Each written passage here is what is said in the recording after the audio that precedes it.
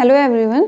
अब जो हमने पढ़ा था ट्रांसलेशन, उसी में हमारा एक टॉपिक है म्यूटेशन। और मैं आपको कहना चाहूँगी ये जो म्यूटेशन है, जो हमने जीन म्यूटेशंस पढ़े हैं, उसके टाइप पढ़े हैं, डिटेल में एकदम पढ़ा हुआ है, उससे ऑलमोस्ट क्योंकि उसी के जैसा है, लेकिन क्या है बहुत ब्रीफ में है। तो अगर आप म्यूटेशंस पढ़ना चाहते हैं तो आप मेरे पुराने लेक्चर्स को कंसिडर करिएगा। इसमें हम basically jumping genes, wobble position, wobble hypothesis, main हमारा फोकस ये रहेगा।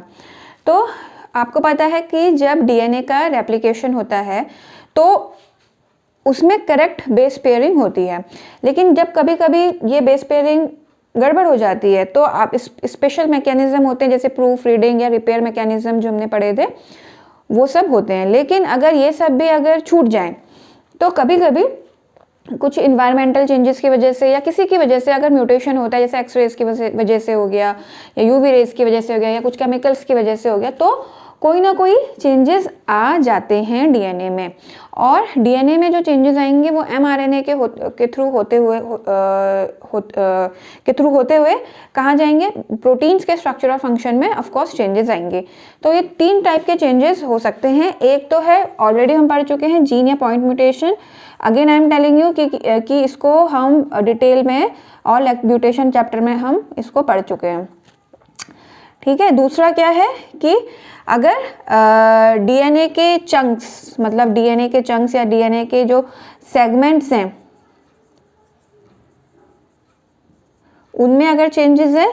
और तीसरा है जंपिंग जीन्स, जो आप एक नया टर्म आपने पढ़ेंगे, ठीक है। तो जीन या पॉइंट म्यूटेशन क्या हो गया, या कोई बेस पेयर ऐड या डिलीट हो गया। डीएनए चंक्स या सेगमेंट्स में फ्रेम शिफ्ट म्यूटेशन होते हैं कि थोड़ा थोड़ा सेगमेंट डीएनए का ऐड या डिलीट हो रहा है। जंपिंग जीन्स क्या होते हैं? जंपिंग जीन्स हमारे इंपॉर्टेंट है। जंपिंग जीन्स क्या होते हैं? ये अपनी पोजीशन को रीशफल करते हैं। मतलब जंपिंग जीन्स वो जीन्स होते हैं बेसिकली जो कि अपनी पोजीशन को एक क्रोमोसोम से दूसरे क्रोमोसोम में वो जंप कर रहे हैं, यानी शफल कर रहे हैं, ठीक है। ये शफल करते हैं अपनी position from one chromosome to the other.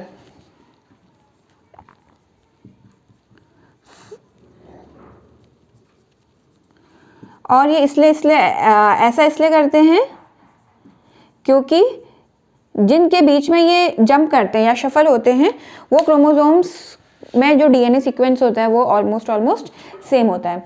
तो जब अगर ये म्यूटेशंस होंगे तो ये रिफ्लेक्ट ओवरऑल लास्ट में किस में करना है? एट दी एंड प्रोटीन्स में। तो क्योंकि इन जीन से क्या डिराइव होगा? एमआरएनए। अगर डीएनए में थोड़े चेंजेस हैं तो ऑफ कोर्स एमआरएनए में भी क्या जाएंगे? चेंजेस आ जाएंगे। अगर सिंगल बेस पेयर चेंज है, अगर single base nitrogen base change है, तो वही क्या अगर बनना था आपका AGC बनना था, ठीक है, डीएनए में, उसकी जगह बन गया आपका AGG बन गया सपोज, ठीक है। तो एमआरएनए में क्या जाएगा? ए की जगह क्या जाएगा? यहाँ पे UCG। ये बनना चाहिए था एमआरएनए में, है ना, अगर सही होता। म्यूटेशन की वजह से यहाँ पर सी की जगह जी आ गया, तो एमआरएनए में क्या बन जाएगा? UCC। चेंज आ गया एमआरएनए में। तो इसकी वजह से क्या हो जाएगा? जो प्रोटीन बनेगा, यहाँ कोई नॉर्मल प्रोटीन बनती, सपोज कोई भी अमीनो एसिड बनता है यहाँ पे, सपोज कोई भी अमीनो एसिड बनता, अब उसकी जगह एक नया अमीनो एसिड बन जाएगा जिसको हम AA- से हम दिखा दे रहे हैं, ठीक है। तो अगर सिंगल बेस चेंज होगा तो सिंगल कोडॉन में चेंज आएगा एमआरएनए के, और तो सिंगल जो पॉलीपेप्टाइड चेन में जो सिंगल अमीनो एसिड है उसमें चेंज आ गया। दूसरा केस क्या है कि अगर सेगमेंट डीएनए का लॉस या ऐड हो रहा है तो उसकी वजह से क्या आ जाएगा? फ्रेम शिफ्ट म्यूटेशन आ जाएगा। फ्रेम शिफ्ट म्यूटेशन आ जाएगा तो जितना पोर्शन जीन डीएनए में चेंज हुआ है उतना ही पोर्शन एमआरएनए में चेंज होगा, और उतना ही पोर्शन क्या हो जाएगा? आपका जो पॉलीपेप्टाइड होगा उसमें वो चेंज आ जाएगा। तीसरा केस क्या है कि अगर म्यूटेशन हुआ और कोई नॉर्मल कोडॉन था, ठीक है, सपोज AGC ही ले लेते हैं, ठीक है, कोई नॉर्मल कोडॉन था उसने कोई एबनॉर्मल mRNA बनाया, ठीक है, सॉरी उसने कोई नॉर्मल, हाँ उसमें mRNA में अगर प्रोटीन में चेंज, DNA में चेंज है तो mRNA में चेंज बना, लेकिन mRNA में क्या है, कोडॉन होते हैं, ठीक है। तो नॉर्मल कोडॉन बनना था, सपोज नॉर्मल कोडॉन बनता UC बनता, ठीक है, लेकिन क्या बन गया, मिससेंस कोडॉन बन गया, UGA या UAG जो हमने पढ़े थे, UGG, 3 जो मिस कोडॉन थे वो बन गए, ठीक है। तो अब क्या हो गया,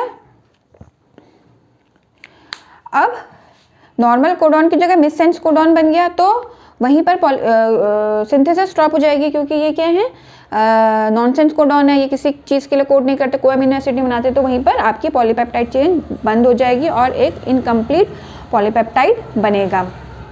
अब चौथा केस,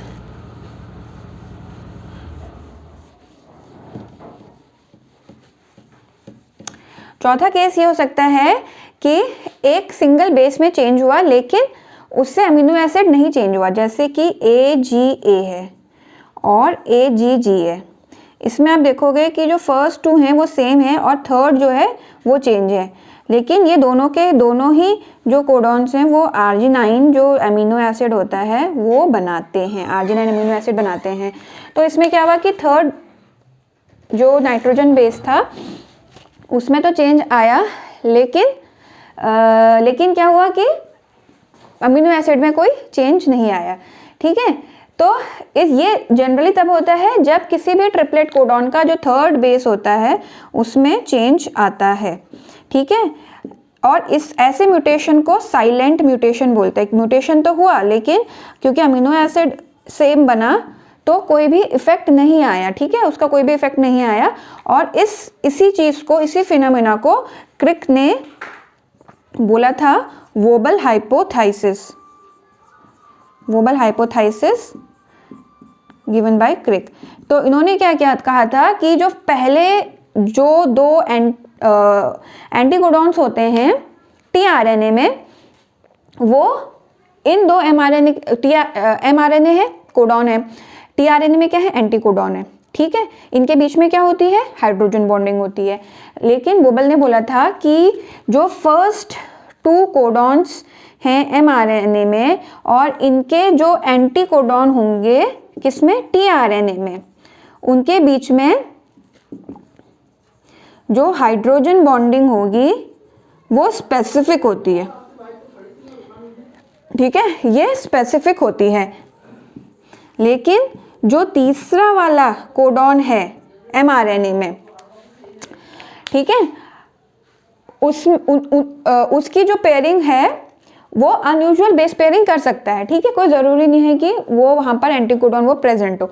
मतलब कि जो थर्ड पोजीशन है ये किसी कोडॉन में, वो कौन सी पोजीशन है, वोबल पोजीशन है, ठीक है। तो जो थर्ड पोजीशन होती है किसी भी कोडॉन में वो वोबल पोजीशन हो सकती है।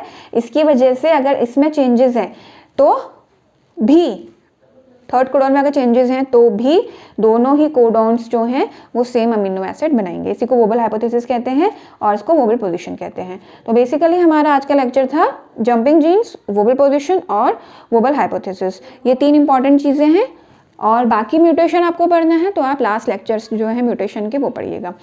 तो प्लीज़ इस लेक्चर्स को लाइक करिएगा, शेयर करिएगा एंड सब्सक्राइब करिएगा। Thank you.